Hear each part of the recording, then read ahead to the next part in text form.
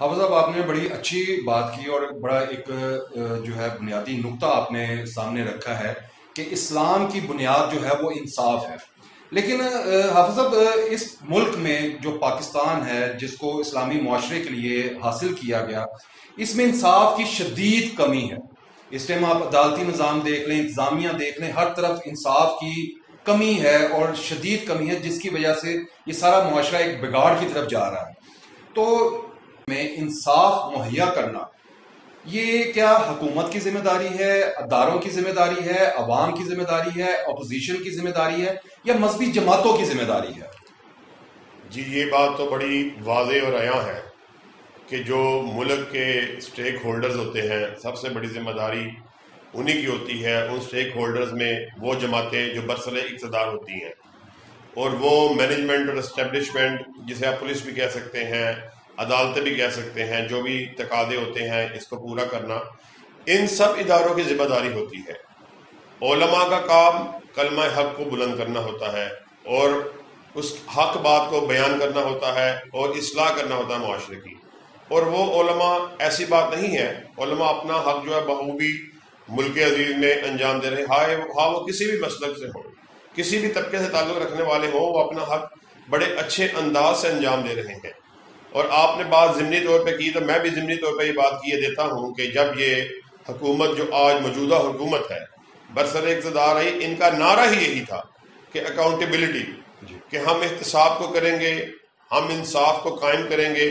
بڑی بڑی نظمیں ہم نے، بڑی بڑی تقاریر اور بڑے بڑے نعرے، بڑے بڑے دعوے ہم نے سننے کو ملے کہ خان صاحب ہمیں کہتے ہوئے نظر آئے کہ جی جب میری پارٹی آئے گی ہم بڑے بڑے چوروں کو، بڑے بڑے مجرموں کو بغیر اس بات کے دیکھیں کہ وہ امیر ہے، غریب ہے، بڑے خاندان کا ہے، چھوٹے خاندان کا ہے، اس کو انصاف کے کٹہرے میں لائیں گے. اور آپ نے بالکل ٹھیک بات کی کہ جو انصاف ہے وہ ایک لازمی جز ہوتا ہے. کوئی معاشرہ انصاف کے بغیر نہیں چل سکتا.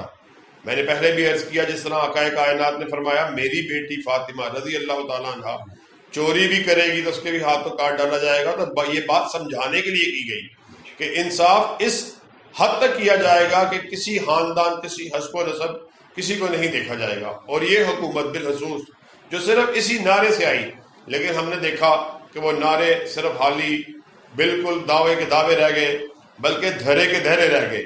حالت جو ہے پچھلے ادوار سے زیادہ بگڑ گئی.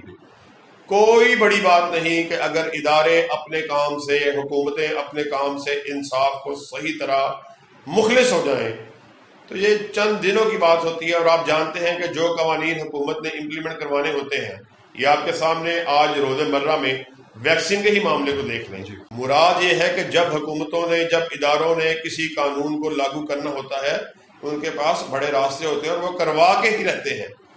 اور اگر یہ انصاف کو، جس کے وہ جھوٹے نعرے پہ انہوں نے اس حکومت میں آئے ہیں، اگر وہ اس کو صحیح معنوں میں اس کا اطلاق کر دیں. اور یہ بھی بات میں یہاں واضح کرنا بڑا ضروری سمجھتا ہوں گا، جس طرح آپ نے کہا یہ کس کی ذمہ داری ہے؟ علماء کی ذمہ داری تو کلمہ حق کو بلند کرنا ہے، اور ہم کرتے ہیں اپنے دروس میں، اپنی تقاریر میں. یہ حکمرانوں کا کام تقاریر کو کرنا نہیں ہوتا، نہ وائز کرنا، نہ تقاریر کرنا، نہ لوگوں کو اپنے سحر مطلع کرنا. ان کا کام ہوتا ہے کہ عمل کریں. انہوں نے عمل درآمد کرنا ہوتا ہے. اسمبلیاں آپ کے پاس ہے، قانون بنانے والے ادارے آپ کے انڈر ہیں، آپ بل پاس کریں، قانون بنائیں. بل پاس بھی ہیں، قانون بھی بنے ہوئے ہیں، مگر اس میں عمل کس نے کروانا ہے؟ یہ عوام نے یا دوسرے طبقات نے اس کام کو نہیں کروانا ہوتا. اس کی ساری ذمہ داری حکمرانوں پہ عائد ہوتی ہے. جتنی معاشرے میں بد امنی ہے، جتنی معاشرے میں بے حیائی ہے، جتنی معاشرے میں بے فحاشی ہے، لیکن المیہ یہ ہے، ہمارے خان صاحب، میں وہ لفظ نہیں کہنا چاہتا کہ متنازع لفظ ہے، ہر بات پہ اپنی بات سے وہ واپس وہ لے لیتے ہیں. پہلے ان کا بیان آیا یو ٹرن کہہ رہے ہیں، بڑا خواتین، لیڈر جی جی، خواتین کا جو لباس ہے جی اس سے وہ جذبات انگیز ہوتے ہیں. ساروں نے اس پہ ذرائی کی، جی بالکل صحیح بات ہے. لوگوں کو بے حیائی کی طرف راغب کرنے کے لیے جو فیکٹرز ہیں ان میں سے ایک فیکٹر یہ بھی ہے. لیکن ہم نے اس کے بعد سنا مغربی ایک ٹی وی کو انٹرویو دیتے ہوئے انہوں نے اپنے بیان کو واپس دے. مراد یہ ہے ان کو چاہیے، اب 3 سال تو گزر چکے ہیں، اگلے 2 سال بھی گزر ہی جائیں گے، لیکن چاہیے یہ، چاہے ان کی حکومت ہو چاہے کسی کی بھی ہو، کہ انصاف کو جو ہے وہ بڑی زیادہ ترجیحی بنیادوں پر اس کو ملک میں نافذ کرنا چاہیے. ماشاء اللہ.